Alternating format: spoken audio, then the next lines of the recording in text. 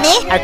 Αγάπη μου, τι κάνεις? Καλά μωρούλη μου, τι κάνεις την κοινήνη μου? Μου έλειψες. Τι να κάνω μωρό μου, δουλειά, πάντα δουλειά, καψέρος. Αχ, τι τυχερή που είσαι μωρό μου. Αυτό το χριστουγεννιάτικο ταξίδι με την εταιρεία σου στην Αυστρία πρέπει να σε ανανέωσε. Καλά είναι και βαρλάκο μου, αλλά είμαι πολύ μόνη εδώ πέρα στο Φρίζενμπίχλερ. Πόσο μου λείπει το τρικοτό σου κορμάκι τα βράδια.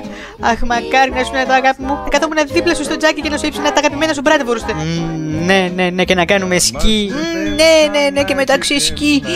Αχ, αγάπη μου, πρέπει να κλείσω τώρα. Έχω meeting. Καρλ Χάιντς, έλα εδώ να συνεχίσουμε, αγοραρέ μου. Θέλω να καβαλήσω το αλκυθερό σου.